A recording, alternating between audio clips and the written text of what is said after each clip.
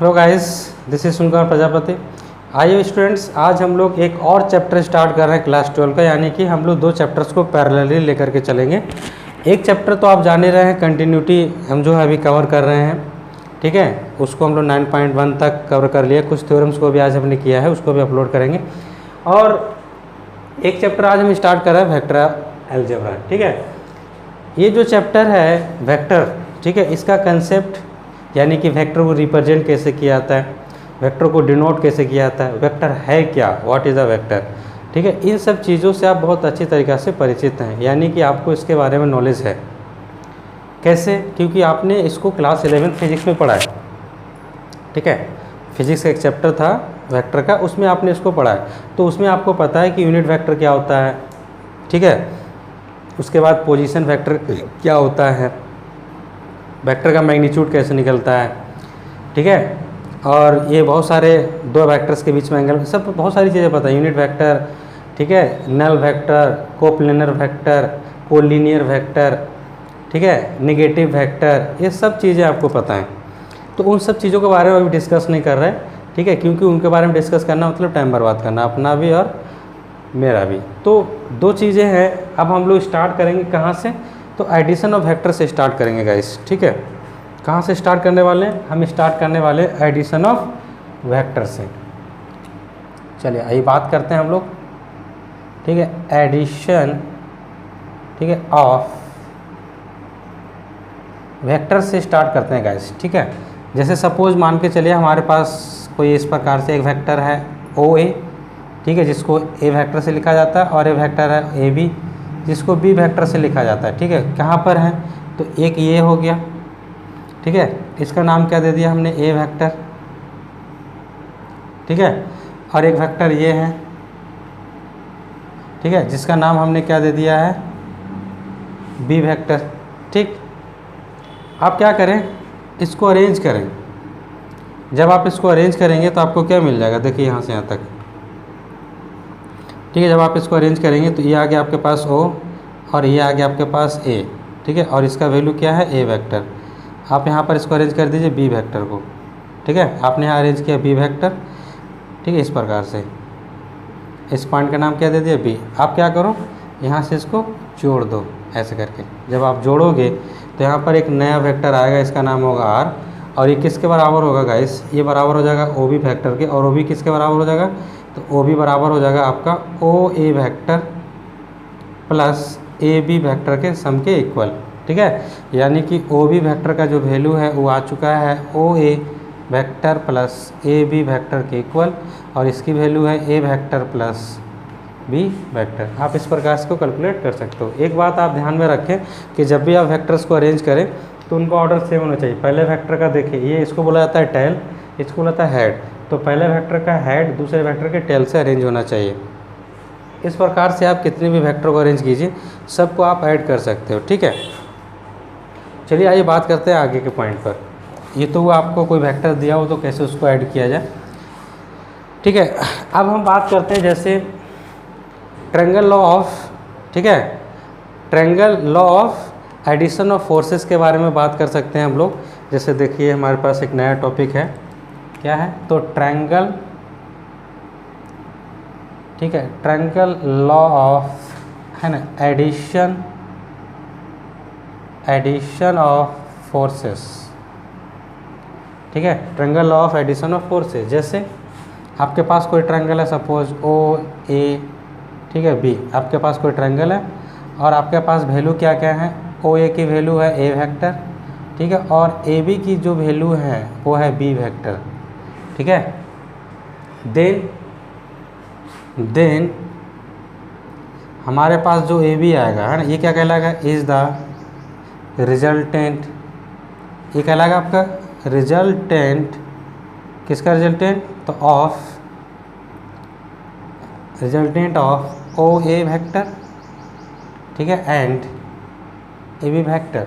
Resultant of O A vector and A B vector.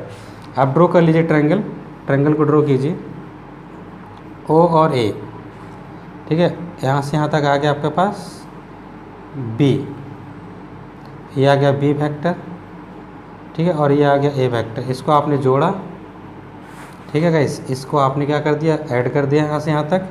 इसका नाम क्या दे दिया आपने, आर, और इसका वैल्यू हो गया ए वेक्टर प्लस बी वेक्टर। इस प्रकार से आप इसको ऐड कर सकते हैं। ये वही चीज़ है जो इससे पहले हमने डिस्कस की थी आप लोगों को। इस बार से इसका नाम क्या दे दिया गया, triangle law of addition of forces. ठीक है, एक आपके पास आता है parallelogram law of addition of forces, same चीज़ है उसमें भी। ठीक है, उसमें भी आपके पास क्या है, सेम चीज़ है। तो आ जाओ यहाँ से, तो ये आपको समझ में आ गया triangle law of vector addition, इसी को बोलते हैं triangle law of vector addition. अब यहाँ से हमारे पास एक आता है पैरेललोग्राम, उसको भी देख लेते हैं। हमारे पास एक आता है parallelogram law of vector addition. ठीक है, पैरेललोग्राम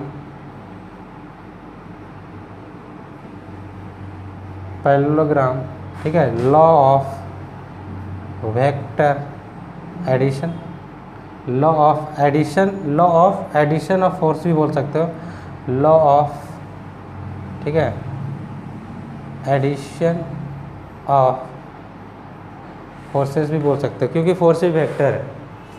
जैसे सपोज पैरेललोग्राम आपके पास इस प्रकार से, आपके पास पैरेललोग्राम है, आपके पास है क्या, ओ ए की वैल्यू जो है वो है ए वेक्टर। ठीक है, और ए बी की जो वैल्यू है वो है आपके पास बी वेक्टर। ठीक है, तो इसका जो रिजल्टेंट आता है, यानी कि यहाँ पर जो पैरेललोग्राम लॉ ऑफ वेक्टर में एडिशन में जो इसका रिजल्टेंट आता है वो भी किसके बराबर होता है, वो भी आपका ओ बी वेक्टर के बराबर होता है, which is equal to the O A vector plus, ठीक है, ए बी वेक्टर। और ये किसके बराबर हो जाता है, ए बराबर होता है A vector plus B vector. इसी रिजल्टेंट को हम लोग बोलते हैं parallelogram law of addition of forces. अगर आप इसको डायग्राम के हेल्प से देखें तो देखिए, ठीक है, इस प्रकार से देख सकते हैं आप। डायग्राम के हेल्प से देखें तो डायग्राम भी देख लीजिए। ठीक है, ये हो गया ए, ये हो गया ओ ए और ये हो गया बी। ठीक है, इसका वैल्यू है ए वेक्टर और इसका वैल्यू है हमारे पास बी वेक्टर। यहाँ से एक पैरेलल वेक्टर ड्रॉ करो, किसके पैरेलल, तो इसके, और यहाँ से एक पैरेलल वेक्टर ड्रॉ करो, किसके, इसके। तो इसका नाम क्या दे दो आप, सी। ये ऐसे आया और ये ऐसे आया। तो यहाँ पर आपके पास एक है ना, ये रिजल्टेंट वेक्टर है, इसका नाम है ओ बी, है ना, ये हो गया ओ बी वेक्टर। ठीक है, और इस ओ सी वेक्टर, तो यहाँ से कुल मिलाकर के आप देखिए, ये जो ओ सी वेक्टर है ये किसके बराबर हो जाएगा, ठीक है, ए बी वेक्टर के बराबर होगा। इसकी वैल्यू कितनी होगी, बी के, ओ सी ए बी के बराबर है और ये बी वेक्टर के बराबर। उसी हिसाब से ओ ए वेक्टर किसके बराबर होगा, सी बी वेक्टर के, और इसकी वैल्यू किसी के बराबर आ जाएगी, है ना, ए वेक्टर के। तो इस प्रकार से जो है आप parallelogram law of addition of vector forces को भी या फिर वेक्टर को भी आप इस प्रकार से लिख सकते हो।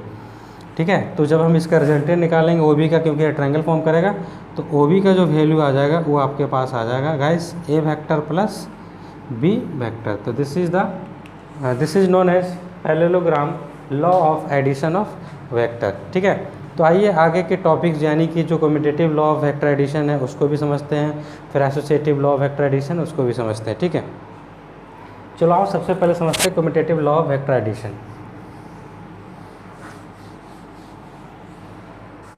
चलिए गाइस देखिए, सबसे पहला जो थ्योरम है वो है आपका कम्यूटेटिव लॉ, यानी वेक्टर एडिशन इज कम्यूटेटिव।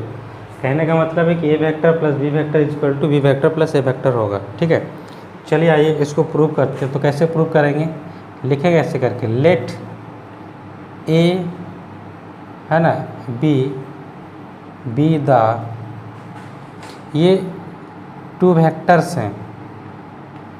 ठीक है, विच आर डिनोटेड बाई, ठीक है, denoted by O A vector and A B vector. O A vector और ए बी वेक्टर के द्वारा इनको क्या किया जा रहा है, डिनोट किया, नहीं रिप्रेजेंट किया जाता है। आप ऐसे मान के चलिए, तो क्या लिख सकते हो आप, ऐसे लिख सकते हो कि O A vector is equal to A vector, ठीक है, और A B vector is equal to B vector. आप इस प्रकार से इनको लिख सकते हो। ठीक है, चलो आओ, जब आप इसको ड्रॉ करोगे तो देखिए कैसा आ जाएगा। फिगर को थोड़ा इधर ड्रॉ कर लेते हैं गाइस। तो देखिए यहाँ से मान के चलिए हमने ड्रॉ किया ऐसे करके, ये हो गया ओ, है ना, यहाँ से आपके पास आ गया क्या चीज़, ए, और ये जो वेक्टर इसका नाम क्या हो गया आपके पास, ए। ठीक है, अब आप क्या करो, यहाँ से ड्रॉ कर लो ऐसे। तो इसका नाम क्या दे दो यहाँ पर, इसका नाम दे दो आप बी, और इसका जो वेक्टर है वो हो जाएगा आपके पास बी वेक्टर, क्योंकि ए बी वेक्टर का वैल्यू बी वेक्टर है। फिर आप क्या करो, एक इसके पैरेलल लाइन ड्रॉ करो। देखो ये जो लाइन है इसके पैरेलल है, इसका नाम क्या है सी, और यहाँ से एक लाइन पैरेलल ड्रॉ करो, है ना। ये जो लाइन है ये लाइन इसके पैरेलल है, ठीक है। तो इसकी वैल्यू कितनी हो जाएगी ए वेक्टर, और इसकी वैल्यू कितनी हो जाएगी बी वेक्टर। इन दोनों का ये रिजल्टेंट वेक्टर है, क्या चीज़, ओ बी, ऐसा, ठीक है। तो अगर हम according to the triangle law of vector addition के बारे में बात करें तो देखिए यहाँ से अगर हम इस ट्रायंगल के बारे में बात करें, ठीक है, तो अगर हम बात करें किसकी, ओ ए वेक्टर, है ना, ओ बी वेक्टर के बारे में बात कर रहे हैं। ओ बी वेक्टर किसके किसके बराबर आएगा, पहला आ जाएगा ओ ए वेक्टर, ठीक है, प्लस ए बी वेक्टर, इसके बराबर आएगा O A vector plus O B A B vector. तो ओ ए वेक्टर का वैल्यू कितना आ गया ए वेक्टर, और इसकी वैल्यू कितना आ गई बी वेक्टर, यानी कि ओ बी वेक्टर का वैल्यू जो है गाइस वो आपके पास ये निकल के आ चुका है, ठीक है। अब आप क्या कर सकते हो यहाँ से, अब आप फिर से ओ बी वेक्टर की वैल्यू लिखिए ऊपर वाले को लेकर के, ठीक है। तो जब आप फिर से ओ बी वेक्टर की वैल्यू लिखोगे, यानी कि O B vector is equal to क्या आ जाएगा, यहाँ से आएगा आपके पास O C vector plus C B vector, ठीक है, O C vector plus C B vector. अच्छा, अब रही बात ये कि ओ सी किसके बराबर है और सी बी किसके बराबर है, तो ओ सी वेक्टर जो है वो बराबर है आपके किसके, ए बी वेक्टर के, है ना। ओ सी जो है वो ए बी वेक्टर के बराबर है, और इनकी वैल्यू कितनी है बी मैग्नीट्यूड, जबकि सी बी वेक्टर जो है वो बराबर है आपका ओ ए वेक्टर के, और इसकी मैग्नीट्यूड कितनी है गाइस, सॉरी मैग्नीट्यूड बोलते हैं, इसका वेक्टर कितना ए वेक्टर, ठीक है। तो हम क्या करेंगे, अभी इसको लिखेंगे। तो ओ सी का वैल्यू कितना आ गया, ओ सी का वैल्यू आ गया बी वेक्टर, और इसका वैल्यू कितना आ गया ए वेक्टर, और ये कितना है ओ बी वेक्टर। तो देखिए गाइस यहाँ पर आपके पास एक रिलेशन ये आया ओ बी का, और एक रिलेशन ये 1 है और ये 2 है। तो फ्रॉम 1 एंड 2 से देखिए इन दोनों के LHS इक्वल हैं। इसका मतलब क्या हुआ कि हमारे पास एक रिजल्ट निकल करके आया गाइस। क्या रिजल्ट निकल करके आया कि A vector plus B vector ये बराबर हो जाएगा B vector plus A vector, इस प्रकार से, ठीक है। तो this is the commutative law in vector addition is commutative. तो वेक्टर एडिशन इज कम्यूटेटिव, ये क्या हो गया प्रूफ गाइस, ठीक है। चलो आओ अब हम बात करें किस पर, एसोसिएटिव लॉ पर, यानी कि वेक्टर एडिशन इज एसोसिएटिव, उस पर बात करेंगे, ठीक है। आइए दोस्तों देखिए एसोसिएटिव लॉ यानी वेक्टर एडिशन इज एसोसिएटिव, ठीक है। तो एसोसिएटिव का मतलब क्या हो गया, ए वेक्टर प्लस बी वेक्टर का होल सम सी वेक्टर के साथ, ए वेक्टर का सिंगल सम किसके साथ, बी प्लस सी के वेक्टर के साथ, ठीक है। चलो आइए इसको भी देखते हैं, इसको प्रूव करने की कोशिश करते हैं। तो क्या लिखते हैं कि लेट, है ना, A vector B vector and C vector, ठीक है, विच आर रिप्रेजेंटेड बाई, ठीक है, विच आर रिप्रेजेंटेड बाई, इनको रिप्रेजेंट किया जाएगा किसके द्वारा गाइस, तो O A and A B, ठीक है, and B C, O B और बी सी के द्वारा इनको रिप्रेजेंट किया जाएगा। दैट इज़ क्या, इसका मतलब क्या हो गया कि ओ ए वेक्टर को जो है वो हम लिख सकते हैं ए वेक्टर, ठीक है, और ए बी वेक्टर को जो है वो हम लिख सकते हैं बी वेक्टर, और बी सी वेक्टर जो है गाइस उसको लिख सकते हैं हम सी वेक्टर, ठीक है। अब आप क्या करो, क्योंकि हमको प्रूव करना है तो हम एक पहले फिगर बना लेते हैं। देखिए कैसे फिगर बनाएंगे। सबसे पहले लिखेंगे आप, ठीक है, आपने बनाया, यहाँ लिखा ओ और यहाँ लिखा ए, तो ये तो आ गया आपके पास ओ ए वेक्टर, और इसकी वैल्यू क्या है गैस ए वेक्टर, ठीक है। फिर आपने क्या किया यहाँ से, फिर आपने ड्रॉ किया, ठीक है, ए बी वेक्टर, इसका नाम बी दिया, और ये जो है इसका वैल्यू हो गया बी वेक्टर गैस, ठीक है। फिर आपने क्या किया, यहाँ से एक और वेक्टर ड्रॉ किया, इसका नाम दे दिया सी, और ये जो है ये कहलाएगा आपका सी वेक्टर, यानी बी सी जो है सी वेक्टर कहलाएगा गाइस, ठीक है। तो करना क्या है, आपको ज्वाइन करना है, ठीक है।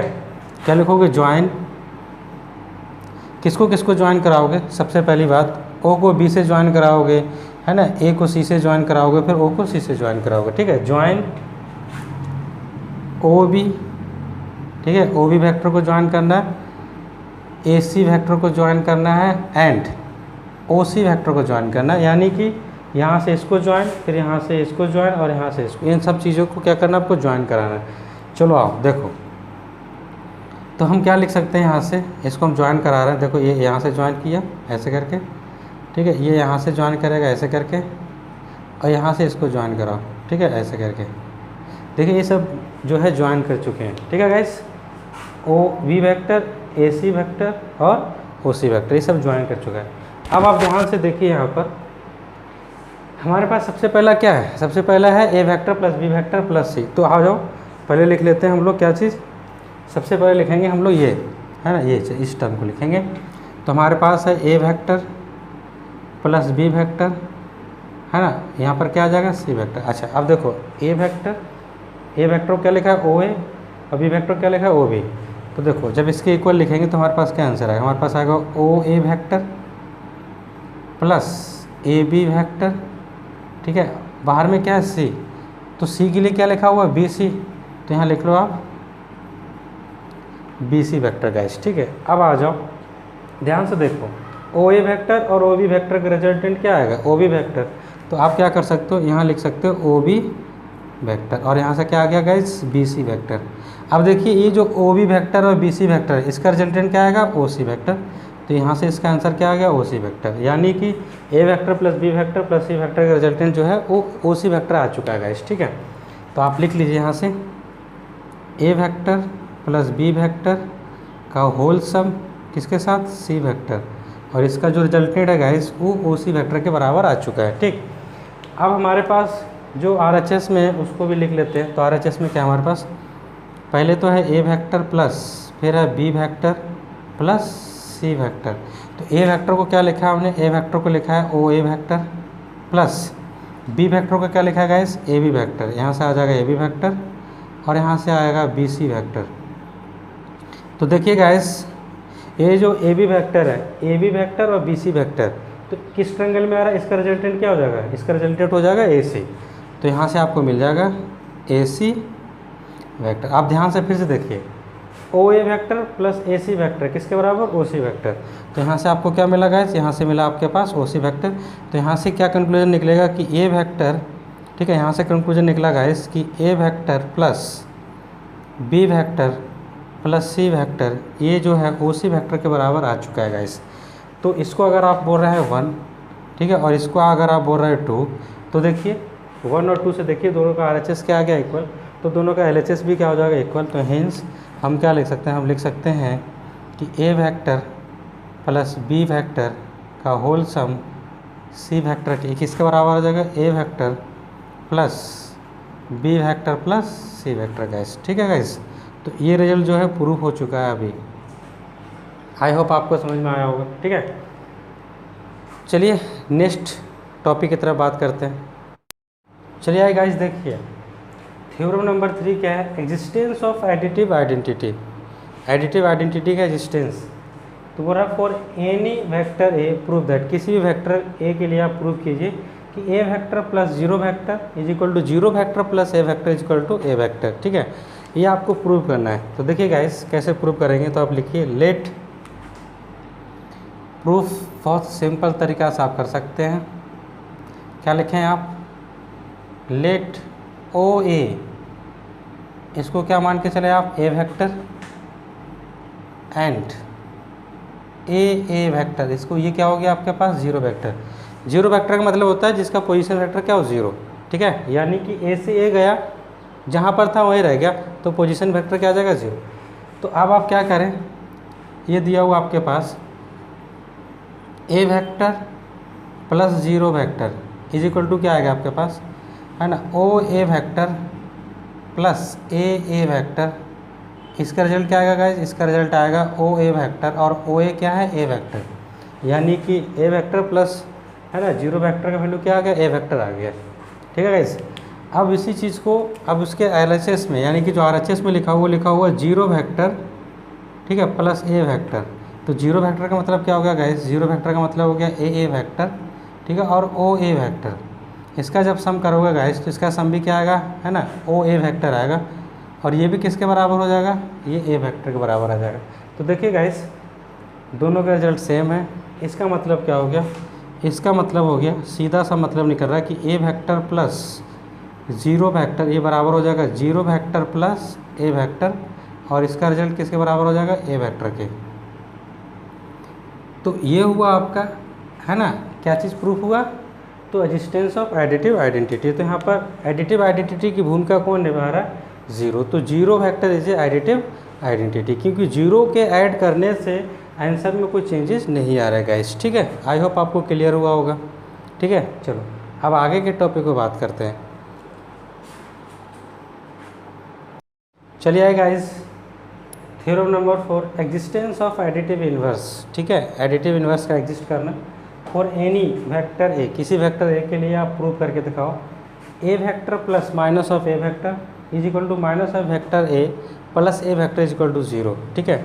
चलिए आइए इसको बहुत सिंपल तरीका से प्रूव कर सकते हैं। कैसे, लेट करो, क्या लेट करो कि O A vector is equal to A vector and A O vector is equal to minus A vector. Minus क्यों आया गाइस, आप देखिए ए ओ लिखो या फिर ओ ए लिखो, मैग्नीट्यूड दोनों का सेम है लेकिन डायरेक्शन अलग अलग है। यहाँ पर ओ से ए की तरफ जा रहा है, तो ओ से ए की तरफ हमने पॉजिटिव डायरेक्शन लिया है, इसलिए ए से ओ की तरफ जब आएंगे तो डायरेक्शन क्या लेना पड़ेगा, नेगेटिव, यानी कि एक दूसरे का नेगेटिव वेक्टर हो जाएगा, ठीक है।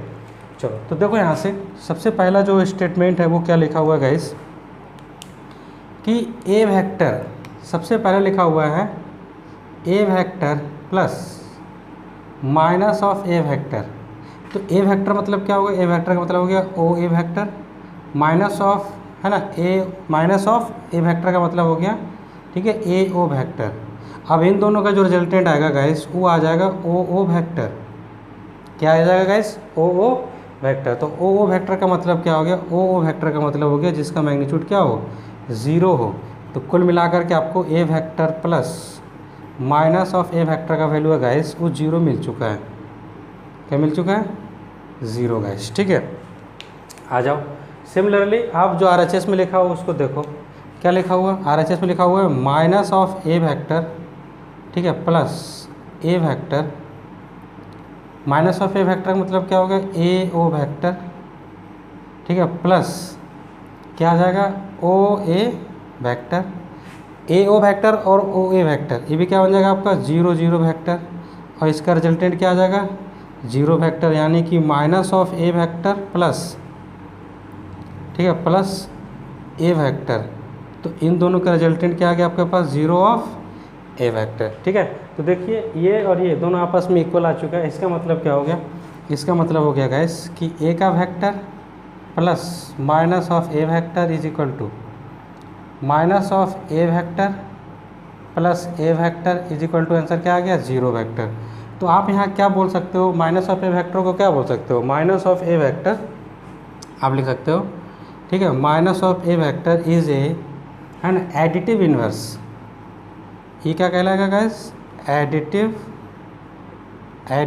इन्वर्स, ठीक है, ऑफ ए वेक्टर।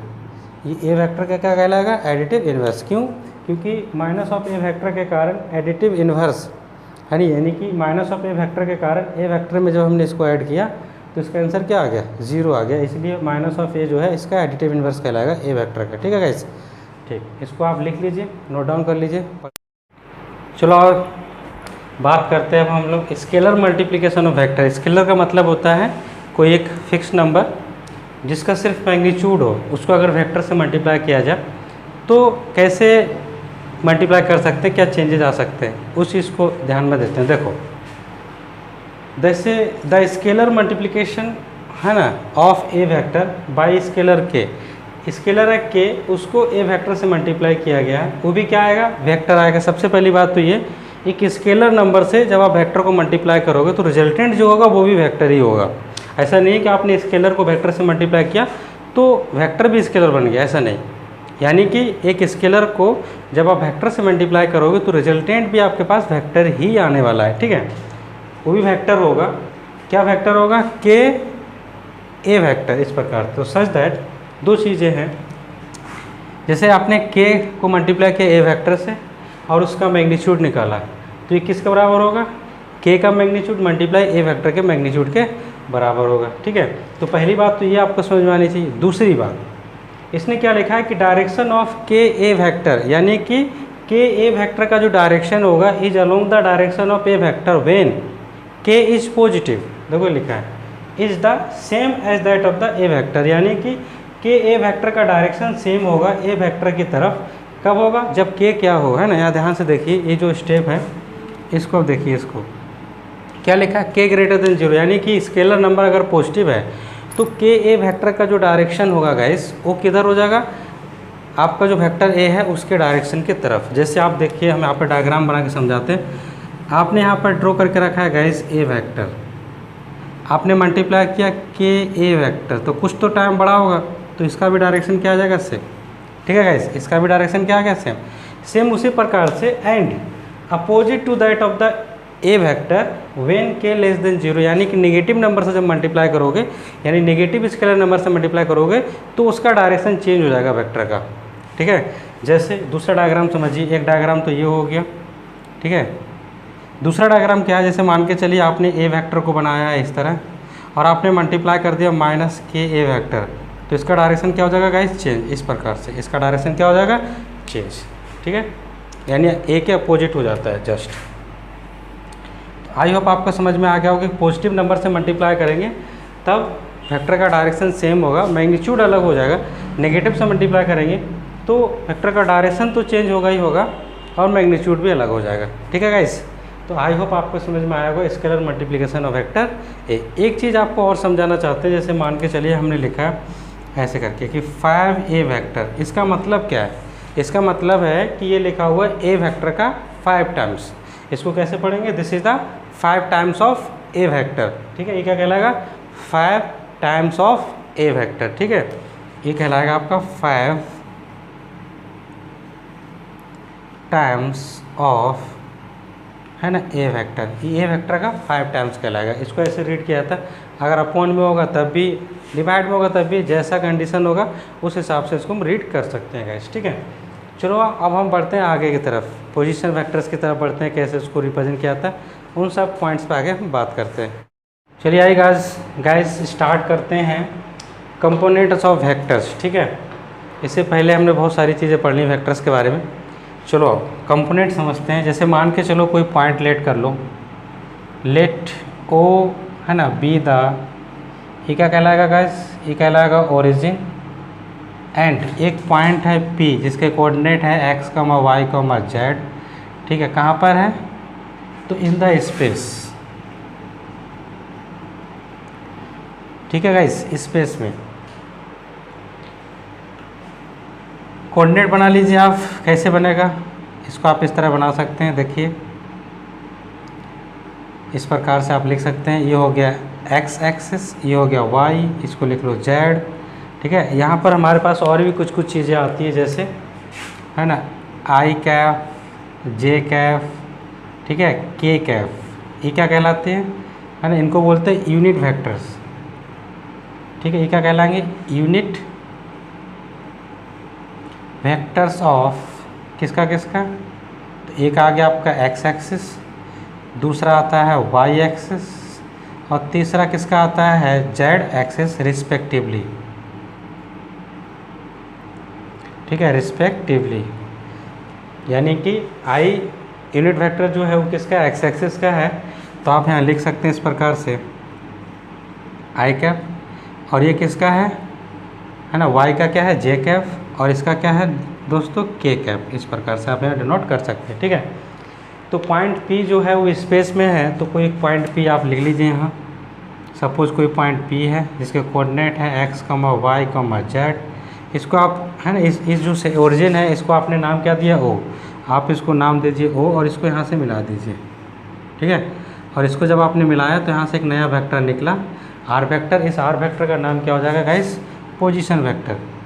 ठीक है, तो यहाँ पर ये जो r वेक्टर है ये क्या कहलाएगा?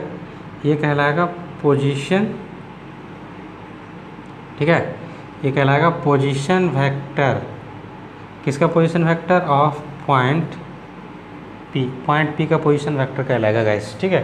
तो इसको लिखा कैसे जाता है? अगर हम इसको लिखना चाहें तो कंपोनेंट के फॉर्म में कैसे लिखाएगा? ये कंपोनेंट के फॉर्म में लिखा था इस प्रकार से, ठीक है। एक्स आई कैफ, ठीक है, वाई जे कैफ प्लस जेड के कैफ, ये कहलाता है। This is the vector form of the position, vector form of the component. इसको बोल सकते हो आप vector form of the component. इसको आप बोल सकते हो वेक्टर फॉर्म, ठीक है, ऑफ द कंपोनेंट, ठीक है। अब यहाँ पर देखिए गाइस, ये तो वेक्टर फॉर्म आ गया। एक बात और समझिए, ये जो x है, y है, z है, ये क्या कहलाते हैं? ये स्केलर कंपोनेंट्स होते हैं। अगर आप लिखना चाहें यहाँ तो देखिए क्या लिख सकते हैं आप, ये हम लिख सकते हैं x, y, z, है ना, आर द, ये क्या कहलाएंगे? ये कहलाएंगे स्केलर, ठीक है, स्केलर कंपोनेंट, ठीक है, component, scalar component of vectors. इसको स्केलर कंपोनेंट ऑफ वेक्टर्स बोलते हैं। जबकि एक्स आई, है ना, वाई जे, जेड के, ये क्या कहलाते हैं गाइस? ये कहलाते हैं वेक्टर कंपोनेंट।